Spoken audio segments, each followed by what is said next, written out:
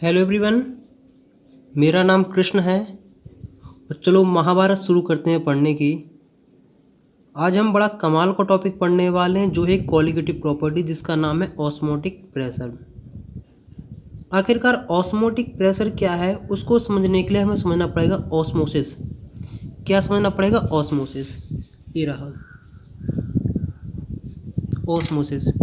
और हम यहाँ ये भी पढ़ेंगे आखिरकार ऑस्मोटिक प्रेशर पढ़ने की क्या ज़रूरत पड़ी है और क्यों पढ़ा जा रहा है, इसका बायोलॉजिकल फिनोमेना कहाँ है, कहाँ हमें देखने को मिलता है, कहाँ कहाँ हम इसको देख सकते हैं। बहुत सिंपल है, आसान, बिल्कुल भी परेशान नहीं होना है। एक सिंपल सी ट्रिक बताएंगे, उससे तुम्हारा सारा कल्याण हो जाएगा, घबराना नहीं है। तो ऑस्मोटिक प्रेशर समझने से पहले सबसे पहले हम समझेंगे ऑस्मोसिस क्या होता है। देखो, ऑस्मोसिस एक प्रकार का फिनोमेना है। अब किसने पता किया, कब किया, हम हिस्ट्री नहीं, हम केमिस्ट्री पढ़ रहे हैं। इससे अपन को मतलब नहीं, अपन को जानते ऑस्मोसिस होता क्या है। देखो, phenomena of flow of solvent through a SPM semi permeable membrane from solution of the low solute concentration to that of higher solute concentration is called osmosis. तो मतलब ऑस्मोसिस एक प्रकार का फेनोमेना है जिसमें सॉल्वेंट का फ्लो होता है। कहाँ से? लो सॉल्यूट कंसंट्रेशन से हाई सॉल्यूट कंसंट्रेशन की तरफ। यहाँ बच्चे बहुत कंफ्यूज हो जाते हैं कि सेमी परमेबल मेम्ब्रेन क्या करता है। देखो, हम लिखते हैं SPM।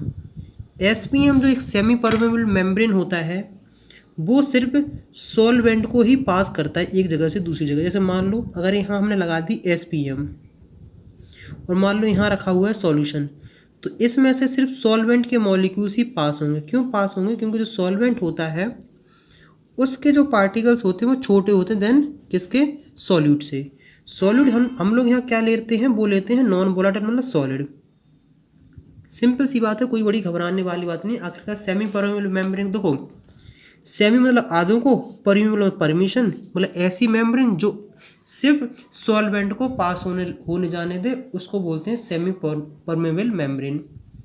कुछ नेचुरल भी होती हैं, कुछ आर्टिफिशियल भी होती हैं, वो हम सब बाद में बात करेंगे, उससे अपन का इतना मतलब नहीं है, वो करेंगे लेकिन घबराओ नहीं। देखो, ये डेफिनेशन बड़ी कंफ्यूजिंग लगती, मुझे बहुत परेशान होता था। देखो, हम सबसे पहले तो इतना जानना है, जो ऑस्मोसिस है उसमें सॉल्वेंट का फ्लो होता है।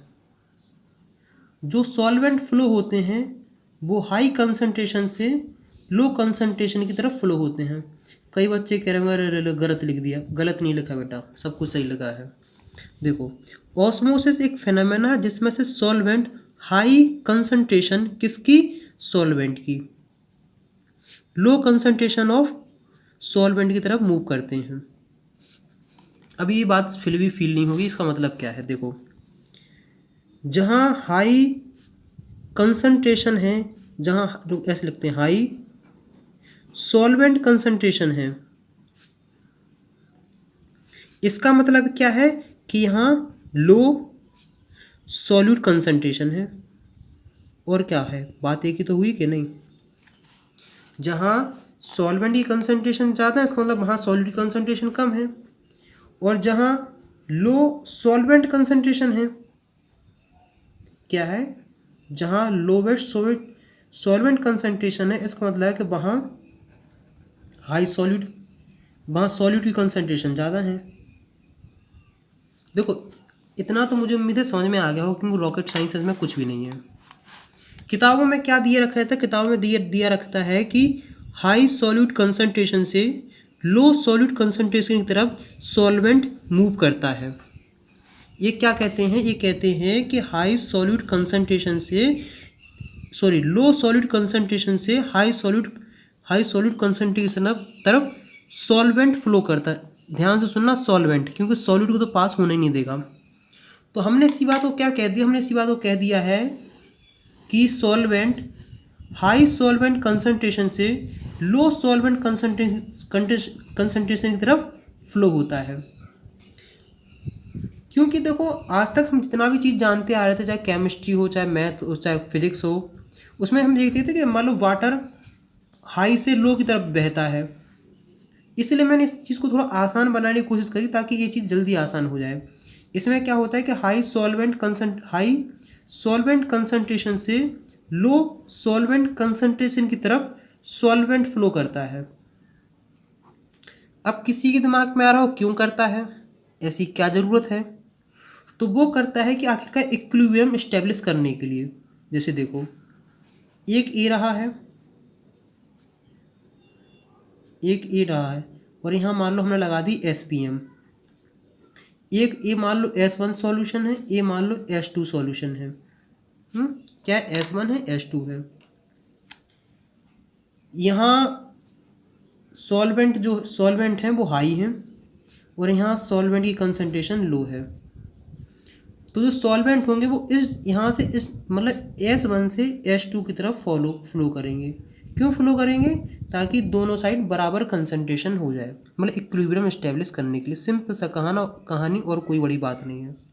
मुझे पता है कि यहाँ बच्चे बहुत अभी भी डाउट्स रह रहे होंगे, अभी भी दिक्कत आ रही होगी। तो इसे कई बार रिपीट करो तो बहुत अच्छे से समझ में आ जाएगा। जैसे ये सब समझ में नहीं आया तो ये डेफिनेशन याद कर लेना, वो ज़्यादा बेहतरीन समझ में आ जाएगा। अब कहीं कहीं किताब में लिखा रहता है कि जो सॉल्वेंट मूव करते हैं वो सॉल्यूशन से प्योर कंपोनेंट की तरफ फॉलो करते हैं। इस तरीके को ऐसे भी लिख सकते हैं। देखो, उसमें तुम्हें क्या लिखा रहता है कि जो सॉल्वेंट होता है वो मूव करता है कहाँ से? प्योर से सॉल्यूशन की तरफ। क्या है? प्योर से सॉल्यूशन की तरफ।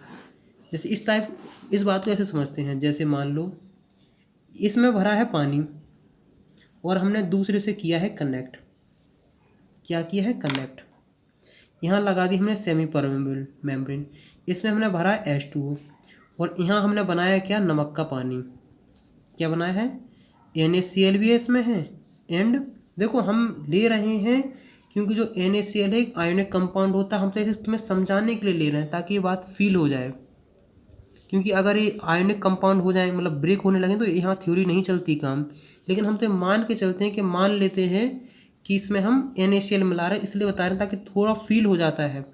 अगर आगे चल के हम कहें कि हम आयोनिक कंपाउंड नहीं लेते हैं तो इस बात से परेशान ना होना कि मैंने पहले कोई बात गलत बता दी थी। ताकि देखो, मैं अभी बोल दूंगा इथाइलिन ग्लाइकोल, किसी को फील ही नहीं होगा इथाइलिन ग्लाइकोल होता क्या है, क्या मतलब है, क्या तो समझ में नहीं आएगा ना। इसलिए अपन NaCl एंड वाटर। देखो, ये प्योर है और ये सॉल्यूशन है, तो जो वाटर का फ्लो होगा वो वाटर का फ्लो होगा इस डायरेक्शन में। मतलब यहाँ का पानी यहाँ जाना स्टार्ट हो जाएगा। क्या समझे? तो मुझे उम्मीद है कि यहाँ तक तुम्हें काफ़ी हद तक समझ में आ गया होगा।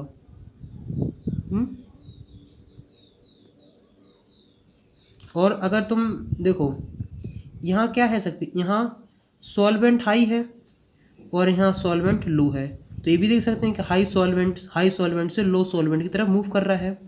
या फिर इस चीज़ को ऐसे देख सकते हैं कि यहाँ सॉल्यूट लो है और जबकि यहाँ सॉल्यूट हाई है, तो हम क्या देख सकते हैं कि लो सॉल्यूट से हाई सॉल्यूट की तरफ जाता है। बात जैसी चाहे देख सकते हो, लेकिन एक चीज़ याद रखना, सेमी परमेबल मेम्ब्रेन सिर्फ सॉल्वेंट को ही पास होने देता है। देखो, ये जो ऑस्मोसिस है ना, ये ऑटोमेटिक है। कैसा है? ऑटोमेटिक है। ऑटोमेटिक मतलब होता है कि इस प्रोसेस को करने के लिए कोई एक्सटर्नल एजेंसी की ज़रूरत नहीं पड़ती है। मतलब तुम्हें कुछ भी नहीं करना पड़ेगा, तुम ऐसे सिंपल से ऐसा रखोगे और एक सॉल्वेंट एक जगह से दूसरी जगह जाना स्टार्ट हो जाएगा। इसे कहते हैं ऑटोमेटिक। जैसे डिफ्यूजन सुना है कि नहीं? डिफ्यूजन मतलब वही, जब तुम एक कमरे में अगरबत्ती लगाओ तो पूरे कमरे में अगरबत्ती फैल जाती है। जैसे अगर किसी ने एक रूम में परफ्यूम लगाया हो तो पूरे रूम में उसकी महक आने लगती है। ये सब डिफ्यूजन का ही प्रोसेस है। डिफ्यूजन में ऐसा थोड़ी होता है कोई इसकी अगरबत्ती की खुशबू पूरे में फैला रहा हो, मतलब तुमने कोई पंखा चलाया तो फैल रही हो, मतलब ऑटोमेटिक प्रोसेस है ना।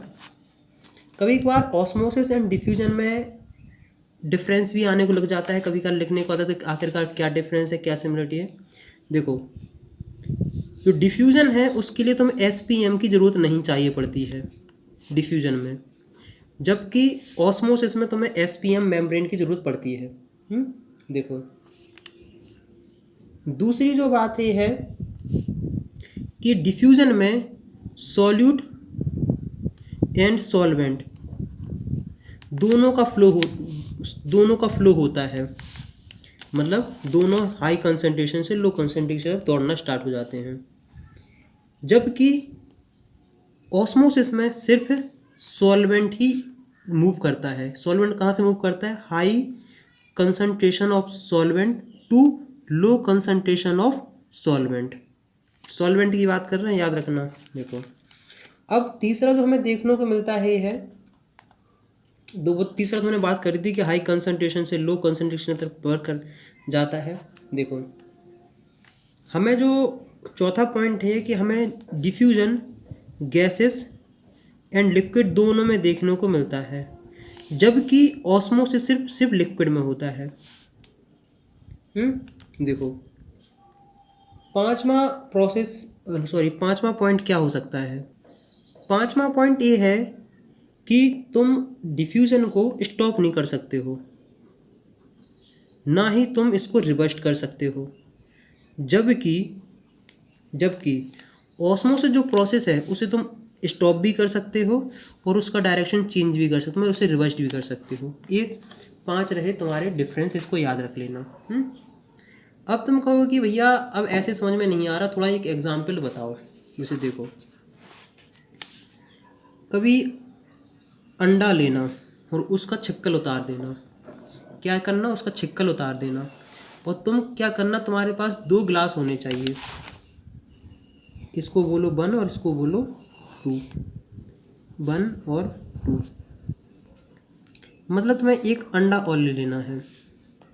इसमें मान लो भरा है प्योर वाटर। क्या है? Pure water. और जबकि इसमें जो हम लोग भर रहे हैं वो है उसमें कंसंट्रेटेड, मतलब या फिर बोल सकते हैं saturated solution of sodium chloride, मतलब NaCl का सैचुरेटेड सॉल्यूशन तुम इसमें भर रहे हो।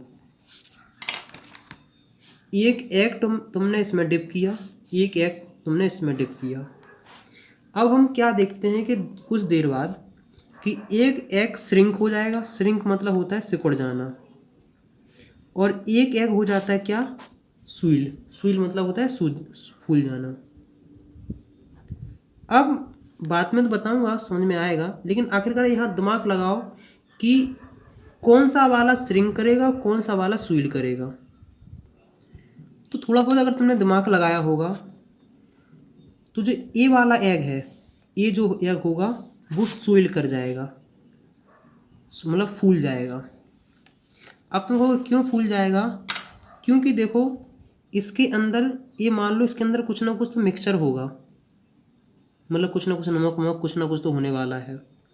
तो पानी क्या करेगा? पानी इसमें फ्लो करना स्टार्ट हो जाएगा, मतलब जिसकी जो खाल है ऊपर की SPM की तरफ वर्क करेगी, मतलब ऊपर की जो एक परत होती है वो SPM की तरफ वर्क करेगी। तो वाटर जब इसकी तरफ फ्लो करेगा तो ये फ्यूल हो जाएगा। अब ये वाला जो क्या होगा वो श्रिंक कर जाएगा। क्यों? क्योंकि यहाँ का पानी बाहर निकलना स्टार्ट हो जाएगा। अब कोई कहेगा बाहर निकलना क्यों स्टार्ट हो जाएगा? क्यों? क्योंकि हमने आखिरकार क्या पढ़ा है कि जो सॉल्वेंट मूव करता है वो हाई कंसंट्रेशन से लो कंसंट्रेशन की तरफ मूव करता है सॉल्वेंट की। मतलब जहाँ सॉल्वेंट कम होगा वहाँ ये मूव करेगा। तो मुझे उम्मीद है कि यहाँ तक तुम्हें काफ़ी हद तक समझ में आ गया होगा। या फिर हम इसी चीज़ को ऐसे समझ सकते हैं कि जो एग होगा उसमें जो NaCl होगा उसकी कंसंट्रेशन कम होगी, और यहाँ जो बाहर है इसकी कंसंट्रेशन ज़्यादा है NaCl की। तो मैं भी कह सकते हैं कि जो सॉल्वेंट का जो डायरेक्शन है वो लो कंसंट्रेशन से हाई कंसंट्रेशन की तरफ मूव कर रहा है, किसके? सॉल्यूट के। दूसरे तरीके से इस चीज़ को भी समझ सकते हैं, कोई बड़ी बात नहीं है। तो अभी तक इतनी कहानी जो पढ़ी उसमें हमने समझा ऑस्मोसिस। देखो आखिरकार कई एग्जाम्पल हैं, जितना नेचर में देखोगे, जितना रीड करोगे तुम्हें और बेहतरीन तरीके से समझ में आता जाएगा। अब कुछ बच्चे सोच रहे होंगे भैया हम तो हैं शुद्ध शाकाहारी, हम तो अंडा मंडा खाते नहीं, हम तो अंडा छूते भी नहीं हैं, तो ये वाला एक्सपेरिमेंट हम कैसे करके देखें? हमने कोई बात नहीं बेटा, तुम्हारे लिए दूसरा एक्सपेरिमेंट बताएंगे। अगर गलती से कभी तुमने घर में देखा हो कि अचार डालने से पहले जो आम होते हैं ना, आम, कच्चे आम, उसको हम पानी में, मम्मी लोग पानी में डाल देती हैं। और जो पानी होता है ये होता है कि मतलब NaCl मतलब ब्राइन सॉल्यूशन, देखो इसे बोलते हैं सॉल्ट वाटर। तो मम्मी लोग क्या करती हैं कि सॉल्ट वाटर में नींबू मतलब क्या नाम है आम डाल देती हैं। तो अगर पूछो तो क्यों डालते हैं, तो कहती हैं कि इसमें से क्या करते हैं, पानी निकालते हैं। अपन जब छोटे से रहते तो अपन सोचते थे अरे अजीब बात है यार, पानी में डाल के पानी कैसे निकलेगा अचार में से। अब देखो मम्मी को तो फिजिक्स, मम्मी को पता है केमिस्ट्री कैसे यूज़ हो रही है, लेकिन ये नहीं पता क्या प्रोसेस है, क्या फलाना ठिकाना, उससे मतलब नहीं। लेकिन अब केमिस्ट्री तो कितनी यूज़फुल है। अब कैसे हो रही है देखो, ये है सॉल्ट वाटर, और हम क्या देख चुके हैं कि सॉल्वेंट कहाँ से कहाँ मूव करता है। देखो सॉल्वेंट जो मूव करता है वो लो सॉल्यूट कंसंट्रेशन से हाई सॉल्यूट कंसंट्रेशन तरीके मूव करता है। तो इसका मान लो कि इसमें पहले से NaCl मतलब सॉल्टी होगा ये, तो मतलब ये NaCl क्या हो गया, NaCl हो गया है सॉल्यूट, और जो वाटर क्या है वो हो गया सॉल्वेंट, इसलिए पानी यहाँ से यहाँ फ्लो कर जाएगा।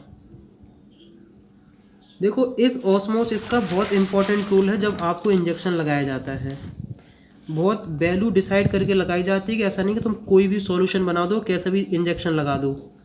एक इंजेक्शन आपकी जान ले सकता है, याद रखना। क्योंकि अगर आपके बॉडी के सेल श्रिंक या स्विल कर गए ना तो दिक्कत बहुत ज़्यादा आ जाएगी। इसलिए बहुत स्पेसिफिक कंसंट्रेशन ली जाती है, तब जाके इंजेक्शन लगाया जाता है। मुझे उम्मीद है कि ऑस्मोसिस काफ़ी अच्छे तरीके से समझ में आ गया होगा। अब हम बात करते हैं ऑस्मोटिक। जैसे हम लेते हैं दो टंकी ऐसे लेनी कि दोनों आइडियल है, मतलब एक सी हाइट है, एक सा उनका सब कुछ है वॉल्यूम। हमने ऐसी 2 टंकी ली और इसको हमने इससे भी कनेक्ट करके रखा हुआ है। 2 टंकी लेंगे और हम 9 टंकी करेंगे। देखना अब देखो, अभी कुछ इस तरीके से समझो। मान लो इन दोनों टंकी में पानी भरा हुआ है, मतलब H2O, और इसमें भी H2O है। हमने क्या देखा, दोनों में H2O है, तो दोनों का लेवल है यहाँ तक। कितना है, दोनों का लेवल है यहाँ तक। और इतना तो जानते हो, चाहे आइडेंटिकल लेते या ना लेते, लिक्विड का लेवल बराबर होता है अगर सेम कंटेनर है। मतलब जितना लेवल यहाँ होगा उतना ही लेवल यहाँ होगा। हमने लिया दोनों टंकी, हमने भरा पानी और हमने देखा कि दोनों का लेवल यहाँ है। तो इस लेवल पे अभी प्रेशर लग रहा होगा PATM। सिंपल सा है, एटमॉस्फेरिक प्रेशर लग रहा होगा, कोई बड़ी बात नहीं है। देखो फिर हम क्या करते हैं, हम एक करते हैं थोड़ा बदलाव। ये टंकी A है, ये टंकी B है, और अब चालू होती 9 टंकी। अभी देखो हमने दोनों को यहाँ से रोक रखा है, मतलब कनेक्टेड है, चलो कोई बात नहीं। फिर हमने लगाई यहाँ एक SPM। SPM क्या होता है, सेमी परमेबल मेम्ब्रेन, लगा दी है। और अभी इतना बराबर था यहाँ, इसको हमने ऐसे रोक लिया है और इसमें क्या किया, हमने मिला दिया नमक। तो देखो ये तो प्योर वाटर है और ये बन गया अब सॉल्यूशन। और तुम्हें एक चीज़ बात अभी बहुत अच्छे से याद होगी कि जो सॉल्वेंट फ्लो करता है वो प्योर से सॉल्यूशन की तरफ फ्लो करता है। कहाँ से कहाँ फ्लो करता है, प्योर से सॉल्यूशन की तरफ। तो मतलब ऐसा है कि ये वाला पानी यहाँ फ्लो करना स्टार्ट हो जाएगा। कहाँ फ्लो करना स्टार्ट हो जाएगा, यहाँ फ्लो करना स्टार्ट हो जाएगा। जब यहाँ फ्लो करेगा तो इसका लेवल राइज होने लगेगा। क्या होने लगेगा, जिसकी वजह से तुम्हें क्या देखने को मिलेगा, यहाँ प्रेशर तुम्हें फील होगा। क्या होगा, प्रेशर फील होगा। कि जैसे अब यहाँ मान लो पानी अगर यहाँ तक लेवल राइज करता है, जो भी है देखने को मिला है, तो मतलब इस पॉइंट पे और इस पॉइंट पे दोनों के प्रेशर की वैल्यू हो गई है अलग। क्यों, क्योंकि यहाँ अब जो प्रेशर लगने वाला है वो लगेगा PATM प्लस पाई, मतलब एक्स्ट्रा प्रेशर लगने लगेगा कि नहीं लगेगा। इसी पाई को हम लोग क्या बोलते हैं, इसी पाई को बोलते हैं ऑस्मोटिक प्रेशर। क्या बोलते हैं, ऑस्मोटिक प्रेशर। तो एक तुम्हारे पास ये फॉर्मूला है, एक इससे भी लिक्विड का अगर थोड़ा बहुत हल्का फुल्का यूज़ है, वैसे केमिस्ट्री में इसका यूज़ नहीं है, लेकिन फिर भी जानते हो कि मान लो ये कोई कंटेनर होता है, यहाँ तक अगर पानी भरा हुआ है तो इसके डेप्थ पे मतलब बॉटम पे प्रेशर की वैल्यू होती है कि अगर ऊपर लग रहा है PATM तो यहाँ होता है PATM प्लस ρGH। रो होती है डेंसिटी, जी मतलब एक्सलेशन ड्यू टू ग्रेविटी, और एच होती है यहाँ से लेके यहाँ तक की हाइट। ये वैसी CBSE बोर्ड मोड में इतना यूज़ नहीं कराएंगे, लेकिन अगर मान लो IIT एडवांस में ऐसे क्वेश्चन करा देते हैं, घुमा देते हैं, तो वहाँ याद रखना कि हम इस तरीके से भी इसको मतलब मॉडिफाइड कर सकते हैं। देखो कि अगर कोई पूछ ले कि पाई की वैल्यू कितनी है, तो रो GH की हेल्प से भी तुम निकाल सकते हो। वैसे यहाँ इतना ज़्यादा यूज़ नहीं कराएंगे, इसलिए यहाँ इतना ज़्यादा परेशान नहीं होना है। हमने क्या देखा है कि यहाँ से फ्लो करना स्टार्ट किया है, तो जो पाई आ रहा है इसी को बोलते हैं ऑस्मोटिक प्रेशर। अब इसी चीज़ को हम दूसरे तरीके से भी समझ सकते हैं। और हाँ, ये ऑस्मोसिस तब रुकेगा जब इक्विलिब्रियम एस्टेब्लिश हो जाएगा। क्या हो जाएगा एस्टेब्लिश? इक्विलिब्रियम। जब इन दोनों में इक्विलिब्रियम एस्टेब्लिश हो जाएगा किसका? कंसंट्रेशन का, तब जाके इक्विलिब्रियम रुकेगा। हम क्या चाहते हैं, इतना समझ में आ गया है। अब इसकी डेफिनेशन कई दूसरे तरीके से भी लिखी रहती है कि ऑस्मोटिक प्रेशर की कहीं कहीं तुम्हें डेफिनेशन इस तरीके से लिखनी मिलेगी कि osmotic pressure is the excess pressure must be applied to a solution to prevent the passage of the solvent into it through a semi permeable membrane. मतलब ऑस्मोटिक प्रेशर वो एक्सेस अमाउंट का pressure होता है जो हम यहाँ लगाते हैं ताकि हम ऑस्मोसिस रोक सकें। मतलब ऑस्मोसिस रोकने के लिए जितना प्रेशर लगाया जाता है उसे बोलते हैं क्या? Osmotic pressure. कन्फर्म बात है। हम क्या चाहते हैं कि लिक्विड ये वाला जो सॉल्वेंट यहाँ फ्लो हो रहा है ना, यहाँ फ्लो ना हो, तो हम क्या करेंगे, हम यहाँ एक्स्ट्रा प्रेशर लगाना स्टार्ट कर देंगे पिस्टन की हेल्प से। हम एक्स्ट्रा प्रेशर लगाएंगे, उसी एक्स्ट्रा प्रेशर को हम बोलते हैं क्या? Osmotic pressure. तो इस तरीके से भी लिख सकते हैं, लेकिन सिंपल से ऐसे भी लिख सकते हैं। तो मैं जो बात समझ में आए वैसे लिख लेना। हम लोग क्या करते हैं, सस्ती सी सिंपल सी डेफिनेशन लिखते हैं किसकी? ऑस्मोटिक प्रेशर की। तो क्या करो, लिखना स्टार्ट करो। तो हम क्या देखते हैं, ये रही हमारे पास सस्ती सी सिंपल सी वाली definition osmotic pressure. Osmotic pressure में be defined as the excess pressure which must be applied to a solution to prevent the passage of solvent into its through a semi permeable membrane. तो हम मतलब हम क्या चाहते हैं, ये solvent इसमें एंटर ना करे, तो हम इसको क्या करेंगे, उतना प्रेशर से अप्लाई करेंगे। उसी एक्सेस प्रेशर को हम क्या बोलते हैं? Osmotic pressure. तो मुझे उम्मीद है कि यहाँ तक तुम्हें काफ़ी हद तक समझ में आ गया होगा। अगर इतनी बड़ी डेफिनेशन याद नहीं हुई तो हम छोटी सी और सस्ती वाली लिखते हैं। तो ये रही सस्ती सी सिंपल सी वाली definition. Osmotic pressure is the pressure applied to the solution to prevent the osmosis. मतलब ऑस्मोसिस रोकने के लिए जो प्रेशर लगाया जाता है उसे बोलते हैं ऑस्मोटिक प्रेशर, और जनरली हम इसे पाई से रिप्रेजेंट करते हैं। तो इतना तो कोई रॉकेट साइंस में अब पढ़ने वाले, इसके आगे की कहानी हम। अब एक महान व्यक्ति हुए हैं जिन्होंने एक बड़ी अच्छी सी बात कही है, वॉन्ट्स हॉफ। इनने एक अच्छी सी बात ये कही है, हॉल्फ नहीं हॉफ है। देखो इन्होंने बात ये कही कि अगर सॉल्यूशन हो क्या आइडियल, अगर जो हम सॉल्यूशन ले रहे हैं आइडियल ले रहे हैं या ले रहे हैं डाइल्यूट। अगर तुम्हारे पास सॉल्यूशन डाइल्यूट या आइडियल है तो ये सॉल्यूशन बिहेव करने लगता कैसा? गैस जैसा। मतलब जितनी भी गैस की इक्वेशन है सिर्फ तुम इसमें यूज़ कर सकते हो। ये कहा था वॉन्ट हैव की ऑब्जर्वेशन थी। तो इसी की हेल्प से हम लोग क्या करते हैं कि पाई इक्वल टू CRT ने फॉर्मूला दिया था। आखिरकार से इसकी उत्पत्ति कहाँ हुई बता देंगे, घबराना नहीं। देखो इसकी उत्पत्ति वही हुई फेमस वाले से, PV इक्वल टू NRT से। अगर इसे ये वाला किसी को गलती से याद हो तो तुम्हें आराम से याद आ जाएगा। देखो यहाँ C क्या है, जो यहाँ तुम C देखने को मिलेगा वो मिलेगा तुम्हें मोलरिटी। देखो हम बोल रहे हैं मोलरिटी ना कि मोललिटी, क्योंकि बच्चे अक्सर मोलरिटी और मोललिटी में अक्सर कंफ्यूज रहते हैं। तुम क्या बेटा, हम भी कंफ्यूज रहते थे अपने स्कूल टाइम में, अभी भी हो जाते हैं। तो इसमें कोई छुपाने वाली बात नहीं कि आखिरकार परेशान कर देती है। इसकी वैल्यू होती है number of moles of solute upon volume of solution. इतनी सी बात है कि अब देखो हम इसी के ऊपर पूरी और ज़्यादा बात करना स्टार्ट करते हैं।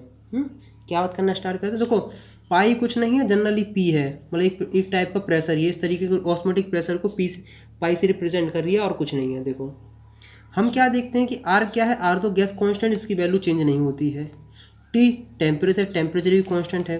तो pi is directly proportional to C. C क्या है? मोलरिटी। मोलरिटी मतलब नंबर ऑफ मोल्स।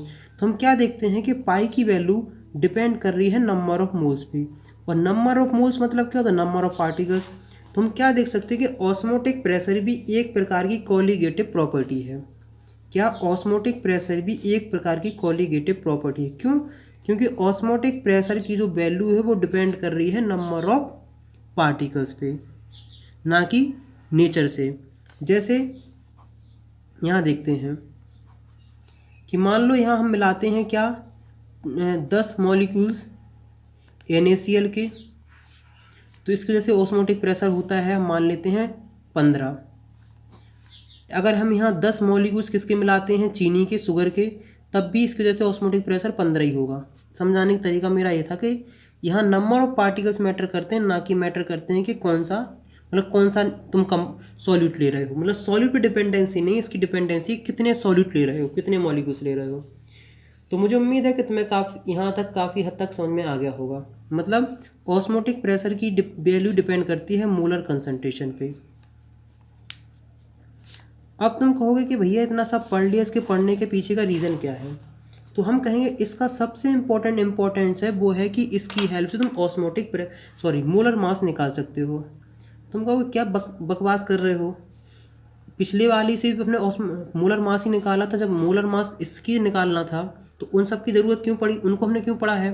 देखो, हम कहते हैं कि ऑस्मोटिक प्रेशर ज़्यादा इम्पॉर्टेंट है मोलर मास निकालने के लिए। क्यों इम्पॉर्टेंट है वही हम बताएंगे, पहले हम पढ़ लेते हैं कैसे निकालते हैं। पाई इक्वल टू क्या होता है? CRT। देखो C क्या होता है? N/B। N मतलब नंबर ऑफ मोल्स और B फॉर वॉल्यूम, सॉल्यूशन का वॉल्यूम। तो पाई इक्वल टू क्या हो गया है? NB/RT। तो B pi equal to NRT। अब एक चीज़ तुम्हें क्या पता होना चाहिए, वो पता होना चाहिए कि नंबर ऑफ मोल्स कैसे निकालते हैं। देखो, नंबर ऑफ मोल्स वो होते हैं वेट अपॉन, मतलब सॉल्यूट का वेट अपॉन सॉल्यूट का मोलर मास। कोई रॉकेट साइंस, कोई दिक्कत मेरे हिसाब से तो नहीं आनी चाहिए। तो हम क्या करते हैं कि B pi NW upon MB RT confirm. तो हम क्या देखते हैं कि molar mass of solute is equal to WB RT upon pi B। मतलब अगर तुम्हारे पास जो सॉल्यूट ले रहे हो उसका वेट गिवन हो, गैस कांस्टेंट की वैल्यू तुम्हें याद होनी चाहिए, टेम्परेचर पता होना चाहिए, ऑस्मोटिक प्रेशर की वैल्यू पता होनी चाहिए, और उस सॉल्यूशन का कितना वॉल्यूम है, तो उसकी हेल्प से तुम ये निकाल सकते हो उसका मोलर मास, जो तुम सॉल्यूट मिला रहे हो उसका मोलर मास क्या होना चाहिए।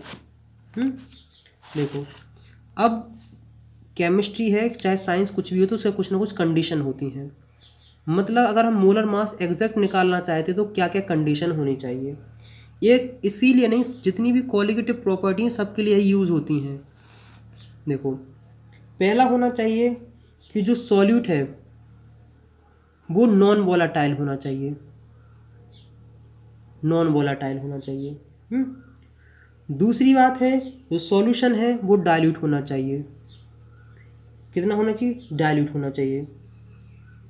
देखो, मतलब कम से कम उसकी परसेंटेज 5% से भी कम होनी चाहिए, मतलब इतना डाइल्यूशन होना चाहिए, मतलब कुछ ज़्यादा ही डाइल्यूट होना चाहिए। और दूसरी बात यह है कि जो सॉल्यूट के मॉलिक्यूल्स हैं वो कोई भी केमिकल रिएक्शन ना करें, ना ही वो डिसोसिएशन करें, ना ही वो कोई एसोसिएशन करें। जैसे मैं बताऊंगा आगे जो हम लोग पढ़ने वाले हैं, आई फैक्टर जो देखने को मिलेगा वो इसी का एक रूप था। मतलब इसी को दूर करने के लिए वो हमने आई फैक्टर लाए थे, बताएंगे कैसे लाए थे, क्यों लाए थे, वह हम सब समझेंगे। लेकिन अभी हम क्या करते हैं कि कुछ क्वेश्चन कर लेते हैं। हाँ, आखिरकार आप दिमाग में आ रहा होगा कि हम कहते हैं कि ऑस्मोटिक प्रेशर की हेल्प से तुम ज़्यादा एक्यूरेट मोलर मास निकाल सकते हो, और ऑस्मोटिक प्रेशर ज़्यादा यूज़ होता है मोलर मास निकालने के लिए। अब तुम कहो कि इतना क्या इम्पोर्टेंस है इसका, आखिरकार इसको हम क्यों यूज़ करते हैं। देखो, जो ऑस्मोटिक प्रेशर होता है वो जनरली यूज़ होता है मॉलिक्यूलर मास निकालने के लिए। मॉलिक्यूलर मास किसका निकालने के लिए होता है? जैसे कोई प्रोटीन मिक्स हो किसी सॉल्यूशन में, देखो molar mass of protein, polymer, मतलब बाकी जितनी and other micro and macro molecules. अब तुम कहो कि भैया बाकी जो elevation, depression in freezing point, इन सब से आपने क्यों नहीं बोल रहे हो कि वो ज़्यादा एक्यूरेट नहीं होते हैं? देखो अब तुम अगर देखने जाओगे तो चलो तुम TF की वैल्यू लो या लो TB की value, elevation in boiling point या डिप्रेशन इन फ्रीजिंग पॉइंट, तो उसके पता जो वैल्यू तुम्हें पता कितनी देखने को मिलती हैं? 0.0001 केल्विन। मतलब सिर्फ तुम्हें इतना सा फर्क देखने, मतलब इतनी छोटी नंबर में तुम एक्यूरेट वैल्यू नहीं निकाल सकते हो। जबकि क्या बोलते हैं, ऑस्मोटिक प्रेशर की वैल्यू अच्छी लार्ज वैल्यू आती है, और लार्ज वैल्यू में कैलकुलेशन करना ज़्यादा आसान होता है। ऐसे नहीं कि मल्टीप्लिकेशन करने आसान होता है। अब जैसे मान लो कि तुमने कहा 273 केल्विन टेम्परेचर है, उसमें इतने का चेंज आया है, तो कितना 273.0001। अरे क्या ऐसे निकाल पाओगे यार तुम भी? तो इसलिए हम लोग ऑस्मोटिक प्रेशर को ज़्यादा यूज़ करते हैं। अब हम क्या करते हैं, एक सस्ता सा सिंपल सा NCERT का क्वेश्चन, तो NCERT का क्वेश्चन एक बार देख लेते हैं और एक बार अच्छे से रीड कर लो, या फिर स्क्रीनशॉट ले सकते हो कि फलाना ढिकाना ढिमकाना aqueous solution of protein 1.25 gram of the protein, osmotic pressure इतना इतना इतना, एंड कैलकुलेट मोलर मास उतना। देखो तुम कहोगे इसमें कौन सी रॉकेट साइंस है, तो उसमें कौन सा करके दिखाओगे? एग्जाम्पल में है। एग्जाम्पल में इसलिए करा रहे हैं ताकि तुम इस चीज़ को काफ़ी अच्छे तरीके से समझ सको। जब हम लोग एक्सरसाइज पे आएंगे तब एक्सरसाइज वाला कराएंगे। देखो क्वेश्चन अपने पास इस तरीके से है कि मान लो तुम्हारे पास एक्वस सॉल्यूशन है। एक्वस सॉल्यूशन हम मान लेते हैं इतना। एक्वस सॉल्यूशन मतलब होता है जिसमें वाटर हो, उसका वॉल्यूम है कितना है 200 सेंटीमीटर क्यूब, ये इसका वॉल्यूम है। और इसमें कहा गया है, इसको अगर हम लीटर में चेंज कर दें तो हो जाएगा 0.2 लीटर है। उसमें कहा गया protein contain 1.25 gram of the protein, मतलब उसमें हमने क्या कहा है कि हमारे पास जो प्रोटीन है, प्रोटीन वो है 1.26 ग्राम।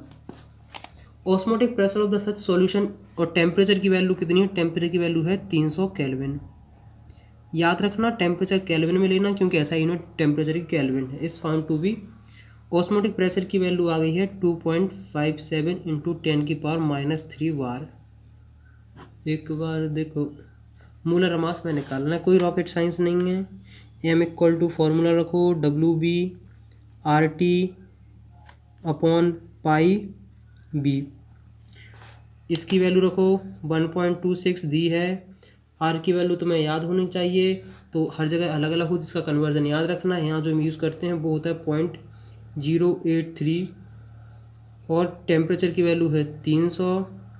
पाई मतलब ऑस्मोटिक प्रेशर की वैल्यू है वो है 2.57 इंटू 10⁻³ और वॉल्यूम है 0.20 लीटर। तो इसकी M की वैल्यू निकाल के लाओगे तो M की वैल्यू हमारे पास आ जाएगी, वो आएगी कितनी? 61039 ग्राम पर मोल। मतलब तुम्हारे पास जो प्रोटीन है, क्या है, जो प्रोटीन है उसका मॉलिक्यूलर मास इतना आ रहा है। सोचो। तो मुझे उम्मीद है कि यहाँ तो तुम्हें काफ़ी हद तक समझ में आ गया होगा। इसमें कोई रॉकेट साइंस नहीं थी। और हम लोग बढ़ते हैं आगे। मैं बता भी चुका हूँ कि आखिरकार ऑस्मोटिक प्रेशर क्यों यूज़ करते हैं, क्योंकि ऑस्मोटिक प्रेशर की काफ़ी लार्ज वैल्यू आती है, जिसकी वजह से कैलकुलेशन करना काफ़ी आसान हो जाता है, और दूसरा कोई इसका रीज़न नहीं है। जबकि जो elevation in boiling point, depression in freezing point जो आ रहा था, उसमें वैल्यू बहुत छोटी छोटी आती है। मतलब एलिवेशन बॉइलिंग पॉइंट या डिप्रेशन इन फ्रीजिंग पॉइंट की वैल्यू 0.001 केल्विन इसके पास आती है। तो इसमें हम लोग कुछ ज़्यादा अच्छे तरीके से कैलकुलेशन नहीं कर पाते हैं।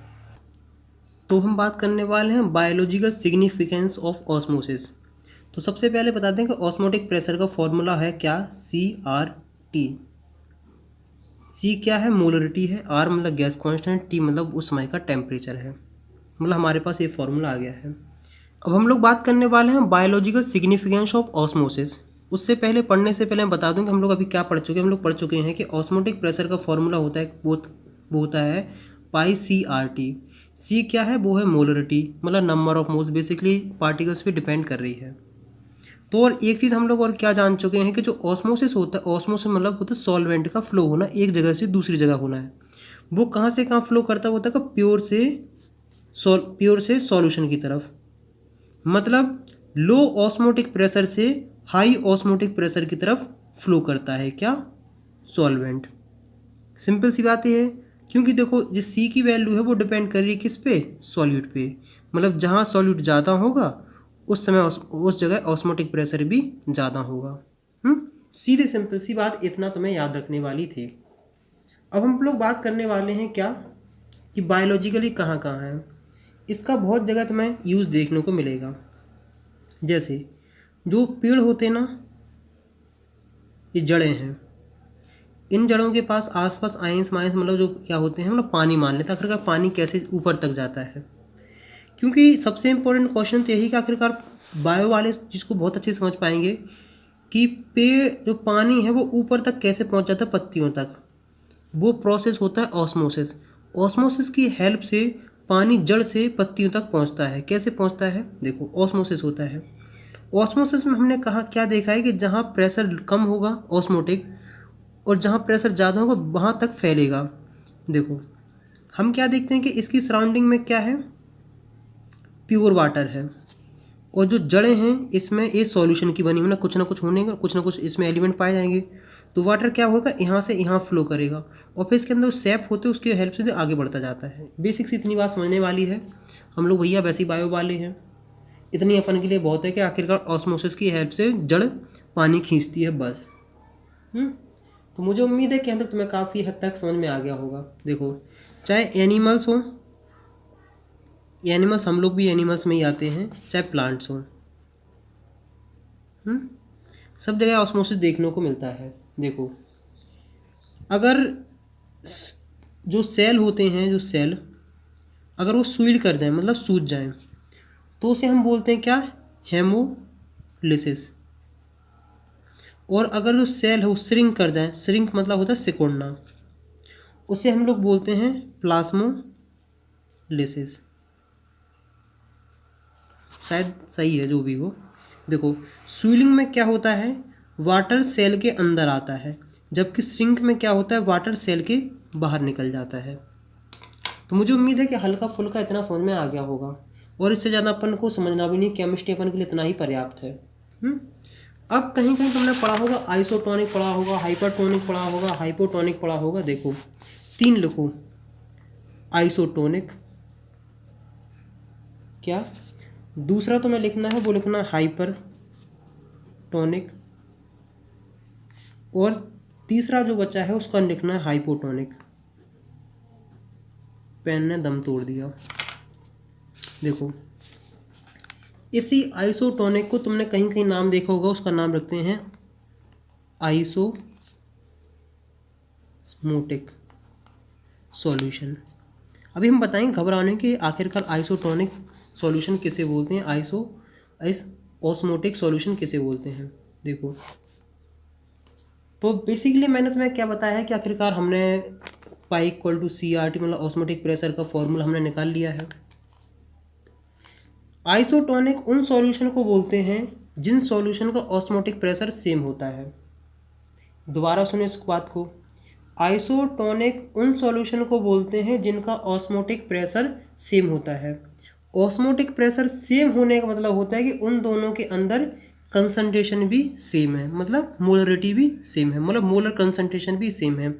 मतलब हम उन दो सॉल्यूशन को, मतलब एक सॉल्यूशन ए एक सॉल्यूशन बी है, इन दो सॉल्यूशन को हम आइसोटोनिक तब बोलेंगे जब इन दोनों की सी की वैल्यू सेम हो।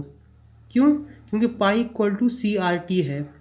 अगर इसकी भी मोलर कंसंट्रेशन सेम है और इसकी भी मोलर कंसंट्रेशन सेम है तो हम बोलेंगे ये दोनों सॉल्यूशन आइसोटोनिक हैं। अगर देखो वैसे अगर इतना दिमाग नहीं लगाना, थोड़ा सिंपल से लगा दे तो आइसो मतलब सेम होता है, मतलब कुछ तो यहाँ सेम होने वाला था। आइसो ऑस्मोटिक तो मतलब जहाँ सेम ऑस्मोटिक प्रेशर हो तो उसे बोलते हैं हम आइसो ऑस्मोटिक प्रेशर। तो वैसे लिखवाने की कोई ज़रूरत नहीं, लेकिन फिर भी लिखवा लेते हैं आखिर कि आइसोटोनिक सॉल्यूशन किसको बोलते हैं। तो हमने क्या किया, सस्ती से सिंपल सी डेफिनेशन लिख ली है। देखो, एक आइसोटोनिक सॉल्यूशन ये है, एक आइसोटोनिक सॉल्यूशन ये रहा है। ए है और ए बी है, और यहाँ से SPM मतलब सेमी परमेबल मेम्ब्रेन लगी है। अगर तुमसे कोई पूछे बताओ सॉल्यूशन यहाँ से यहाँ जाएगा कि ए से बी जाएगा या बी से आएगा, जल्दी कमेंट्स में आंसर बताओ, मैं आखिरी बताऊंगा इसका आंसर, क्योंकि तब तक थोड़ा तुम सोचते रहो।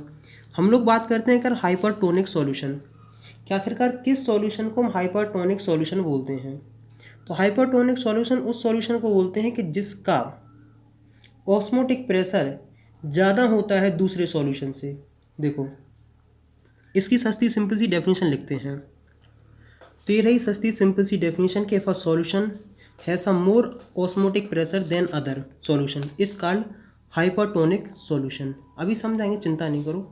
हाइपोटोनिक सॉल्यूशन क्या होता है? हाइपोटोनिक सॉल्यूशन वो कहलाते हैं जिनमें क्या बात हो कि solution having less osmotic pressure than other is known as a hypotonic solution. जैसे देखो, एक बात हम जानते हैं कि जिसका ऑस्मोटिक प्रेशर ज़्यादा होगा, देखो जिसका ऑस्मोटिक प्रेशर ज़्यादा होगा इसका मतलब है कि उसमें कंसंट्रेशन भी ज़्यादा है, मतलब ऑस्मोटिक प्रेशर ज़्यादा मतलब ज़्यादा कंसंट्रेटेड। देखो, हमारे पास दो सॉल्यूशन हैं, एक सॉल्यूशन है ये, एक सॉल्यूशन ये है, ए एंड बी। हम क्या कहते हैं कि इसका ऑस्मोटिक प्रेशर π1 है, इसका ऑस्मोटिक प्रेशर π2 है। तो हम कहते हैं कि π1 इज़ ग्रेटर देन π2। तो इसका मतलब ये है कि A is more concentrated than B. क्या है? More concentrated than B. इस बात का हमेशा याद रखना। इसका मतलब ये है कि यहाँ सॉल्यूट ज़्यादा है और यहाँ सॉल्यूट कम है, यहाँ सॉल्यूट ज़्यादा है, यहाँ सॉल्यूट कम है, मतलब ज़्यादा कंसनट्रेटेड मतलब सॉल्यूट की अमाउंट ज़्यादा होना। तो अगर तुमसे क्वेश्चन इस तरीके से बना दिया जाए कि ए भी एक एक्वस सॉल्यूशन है, ए भी एक्वस सॉल्यूशन है, अगर हम इन दोनों को ज्वाइन करते हैं, यहाँ लगाते हैं SPM, तो बताओ जो लिक्विड होगा मतलब जो सॉल्वेंट होगा, जो वाटर होगा, कहाँ से कहाँ फ्लो करेगा? ए से बी करेगा या बी से ए करेगा? देखो, हमने क्या कहा था कि जो ऑस्मोसिस होता है वो लो प्रेशर से हाई प्रेशर की तरफ जाता है। तो इसका मतलब है कि वाटर फ्लो होगा इस डायरेक्शन में। क्या होगा? इस डायरेक्शन में। अगर इसका आंसर दें तो इसमें कोई भी वाटर कहीं से कहीं भी फ्लो नहीं करेगा, क्योंकि दोनों का ऑस्मोटिक प्रेशर बराबर है। तो मुझे उम्मीद है कि यहाँ तक तुम्हें काफ़ी हद तक समझ में आ गया होगा। जिसका ऑस्मोटिक प्रेशर ज़्यादा मतलब ए होगा, इस सॉल्यूशन का नाम होगा हाइपरटोनिक और इसका नाम होगा हाइपोटोनिक। अब एक और इसका हम मेन बात है आखिरकार हम पढ़ क्यों रहे थे। तो एक तुम्हें इंटरेस्टिंग बात मैं बताऊं कि जो RCB होते हैं ना, RBC होते हैं, RCB नहीं RBC, red blood cell. Red blood cell, red blood cell जो होते हैं उसके अंदर जो सॉल्यूशन पाया जाता है, जो सॉल्यूशन होता है उसमें 0.91% मास वॉल्यूम का जो रेशियो है, मास वॉल्यूम का जो परसेंटेज है, इतना होता है। किसका होता है? NaCl का। देखो, इंटरेस्टिंग बात है कि जैसे हम क्या करते हैं कि हमने एक RBC लिया और इसको हमने एक सॉल्यूशन मतलब सैलिन वाटर जिसे बोलते हैं, NaCl का सॉल्यूशन को सैलिन वाटर बोलते हैं, जैसे हम लोग खारा पानी बोलते हैं, क्योंकि NaCl मिला दो तो कोई पानी खारे हो जाता है। हम एक सॉल्यूशन में रखते हैं जिसकी कंसंट्रेशन है 0.91%, एक दूसरे में रखते हैं, यहाँ हमने सेल रखा है, और इसकी कंसंट्रेशन हम मान के चलते हैं कि 0.91% से ज़्यादा है, और एक हम तीसरा कंटेनर रखते हैं, उसमें सेल रखते हैं और इसमें इसकी कंसंट्रेशन 0.91% से कम है। देखो, जो हम सेल ले रहे हैं उसकी कंसंट्रेशन तो फिक्स है, वो तो 0.91% है, उसकी फिक्स नहीं है। अब तुम्हारे पास क्वेश्चन आ सकता है, क्या क्वेश्चन आ सकता है कि बताओ कौन से मतलब A, B और C, कौन से में सेल श्रिंक करेगा और कौन से में सेल स्विल करेगा और कौन से में नो चेंज रहेगा। थोड़ा दिमाग लगाओ, सोचो और कमेंट्स में लिखो, फिर आगे तो हम लोग जाते हैं। तो हल्का फुल्का दिमाग लगा लिया होगा, घबराना नहीं। देखो यहाँ हम क्या जानते हैं कि जो सॉल्यूशन है इसकी कंसंट्रेशन 0.91% से ज़्यादा कम है। तो हम क्या मानते हैं कि जो हमने सॉल्यूशन लिया है उसका पाई 1 मान लेते हैं, इसका मान लेते हैं पाई 2। इसका मतलब है कि ऑस्मोटिक प्रेशर पाई 2 ज़्यादा है पाई 1 से। और हमने क्या कहा था कि जो ऑस्मोसिस होता है वो लो से हाई की तरफ होता है। इसका मतलब है कि वाटर इसके अंदर इंसर्ट कर जाएगा। जब वाटर इसके अंदर इंसर्ट करेगा तो ये सेल सूल कर जाएगा, मतलब सूज जाएगा। इन दोनों में बराबर हैं, तो ये क्या है, ये है आइसोटोनिक। अगर बराबर है मतलब ये वाला सॉल्यूशन जो हमने बनाया है ना तो आइसोटोनिक है। यहाँ जो इसका कम था ये क्या था, ये हाइपोटोनिक था। क्या था, हाइपोटोनिक, मतलब इसकी कंसंट्रेशन इसके रिस्पेक्ट में कम है ना। अब ये है हाइपरटोनिक। हाइपरटोनिक क्यों है, क्योंकि इसकी कंसंट्रेशन ज़्यादा है 0.91% से। तो आखिरकार इसमें क्या होगा, वाटर यहाँ से यहाँ फ्लो करेगा, तो ये सेल क्या हो जाएगा, ये सेल करेगा श्रिंक और ये सेल करेगा स्विल, और जबकि इसमें नो चेंज आएगा। तो जो आप इंजेक्शन लगाए जाते हैं ना वो भी बहुत सोच समझ के लगाए जाते हैं। क्यों, क्योंकि जो इंजेक्शन लगाए जाते हैं उसमें जो सॉल्यूशन होता है अगर उसकी कंसंट्रेशन 0.91% मास वॉल्यूम से NaCl के मास वॉल्यूम से अगर कम होती है तो दिक्कत है, अगर ज़्यादा होती तो दिक्कत है, दोनों में खतरा है। जो इंजेक्शन फिल करते हैं इसमें लिक्विड, उसकी कंसंट्रेशन इतनी होनी चाहिए NaCl की।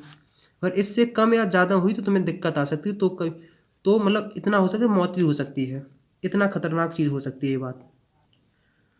अब एक इंटरेस्टिंग बात और है कि कुछ लोग जो सॉल्टी या नमकीन खाना खाते हैं तो उसमें एक होती है कि उस सेल होते हैं वो सूज जाते हैं। क्या होते हैं, सेल, तो मतलब जो वहाँ ऑस्मोसिस हो जाता है, तो जिसकी वजह से जो उसको हम जो बोलते हैं उसको बोलते हैं क्या, एडीमा। क्योंकि बायो वाले ज़्यादा बेहतर तरीके से समझेंगे, हम लोग वैसी मैथ वाले बेचारे। अब हम पढ़ने वाले हैं, लास्ट है वो है reverse osmosis and desalination of sea water. जैसे रेगिस्तान में पानी और ये वाली कहानी दोनों एक ही जैसी हों, क्योंकि अगर ऑस्मोसिस तुम्हें काफ़ी कठिन लग रहा होगा, परेशान कर रहा होगा, तो ये वाला तुम्हें इंटरेस्टिंग लगने वाला है। ये वाला टॉपिक इंटरेस्टिंग इसलिए लगने वाला है क्योंकि तुमने जो सुन रखा है ना RO वाटर, वो अगर उसका तुम फुल फॉर्म देखने को जाओगे तो वो मिलेगा रिवर्स ऑस्मोसिस वाटर। मतलब जो वाटर रिवर्स ऑस्मोसिस की मतलब प्यूरिफाई किया जाता है उसे हम कहते हैं रिवर्स RO वाटर। देखो सबसे पहले हम समझते हैं कि आखिरकार रिवर्स ऑस्मोसिस होता क्या है। Process of movement of solvent through a semi permeable membrane from solution to the pure solvent by applying excess pressure on solution side is called reverse osmosis. जैसे मान लो ये था, ऑस्मोसिस में क्या होता है कि प्योर से सॉल्यूशन की तरफ जा रहा था, यहाँ SPM लगा रहता है। हम लोग क्या करेंगे, यहाँ लगाएंगे प्रेशर। कितना प्रेशर लगाना चाहिए, वो जो प्रेशर तुम इस पर P अप्लाई कर रहे हो उस P की वैल्यू ऑस्मोटिक प्रेशर से ज़्यादा होनी चाहिए। जैसे मान लो इस सॉल्यूशन का ऑस्मोटिक प्रेशर हम मान लेते हैं 10 है, कोई यूनिट नहीं ले रहा, सिंपल 10 ले रहे हैं। तो जो हमें प्रेशर अप्लाइड करना पड़ेगा वो 10 से ज़्यादा करना पड़ेगा। जब इससे ज़्यादा करेंगे तब जाके क्या होगा, यहाँ का जो सॉल्वेंट है, जो यहाँ का वाटर है, इस साइड फ्लो करना स्टार्ट हो जाएगा। मतलब यहाँ तुम्हें प्योर वाटर मिलता जाएगा, यहाँ जो गंदगी है, जो भी है, नमक वमक जो भी सॉल्यूशन है वो यहीं रुकता जाएगा। क्योंकि जो SPM होगी सिर्फ सॉल्वेंट को मूव करने देगी और सॉल्वेंट तुम्हारे पास वाटर है। इसी प्रोसेस को बोलते हैं हम रिवर्स ऑस्मोसिस। इसका काफ़ी जगह यूज़ किया जाता है, क्योंकि जैसे जो समुद्र है वहाँ का पानी है खारा, तो वहाँ इस टेक्नोलॉजी को यूज़ किया जाता है। इस टेक्नोलॉजी को ऐसे यूज़ किया जाता है कि जैसे मान लो तुम्हारे पास 2 कंटेनर SPM है। SPM मतलब होता है सेमी परमेबल मेम्ब्रेन। क्या है, सेमी परमेबल मेम्ब्रेन। वैसे कुछ लोगों को वैसे ही देख के समझ में आ गया होगा। बस इतना याद रखना कि जो हम प्रेशर अप्लाइड करते हैं वो ऑस्मोटिक प्रेशर से ज़्यादा होना चाहिए सॉल्यूशन के। मान लो समुद्र का पानी मान क्या लो होता है, सॉल्टी वाटर होता है, यहाँ है फ्रेश वाटर। और सॉल्टी वाटर हम लोग हमारे पीने का काम नहीं होता है। ये मान लो यहाँ पानी भरा है, यहाँ भी है, तो हम क्या करेंगे, यहाँ से हम प्रेशर अप्लाई करेंगे। P प्रेशर अप्लाइड करते हैं जो ऑस्मोटिक प्रेशर से होता है ज़्यादा। तो जो यहाँ का जो पानी है, जो यहाँ आखिरकार सॉल्वेंट क्या है, सॉल्वेंट है वाटर। तो जो वाटर होगा वो SPM से यहाँ से निकलने लगेगा, मतलब यहाँ तुम्हें यहाँ से फ्रेश वाटर निकलेगा। तो मुझे उम्मीद है कि अब तुम्हें काफ़ी हद तक समझ में आ गया होगा आखिरकार रिवर्स ऑस्मोसिस और डिसैलिनेशन कैसा होता है। बस यहाँ रिवर्स इसलिए यूज़ किया गया क्योंकि जस्ट अपोजिट कर रहे हो तुम ऑस्मोसिस का, इसलिए इसका नाम रखा है रिवर्स ऑस्मोसिस। ऑस्मोसिस में क्या होता था, प्योर से सॉल्यूशन में जा रहा था, ये हम सॉल्यूशन से प्योर में सॉल्वेंट भेज रहे हैं। प्योर से सॉल्यूशन में जाना स्पॉन्टेनियस प्रोसेस, मतलब अपने आप जाता है, जबकि सॉल्यूशन से तुम्हें अगर प्योर में भेजना है तो तुम्हें एक्सटर्नल प्रेशर लगाना पड़ेगा, तो बस यहाँ वर्क करना पड़ेगा। तो मुझे उम्मीद है यहाँ तक तुम्हें काफ़ी हद तक समझ में आ गया होगा। अगर यहाँ तक वीडियो देख रहे हो तो कम से कम 3 फ्रेंड के साथ ये वीडियो शेयर करना। नेक्स्ट वीडियो में मिलते हैं नेक्स्ट टॉपिक के साथ, तब तक बाय बाय।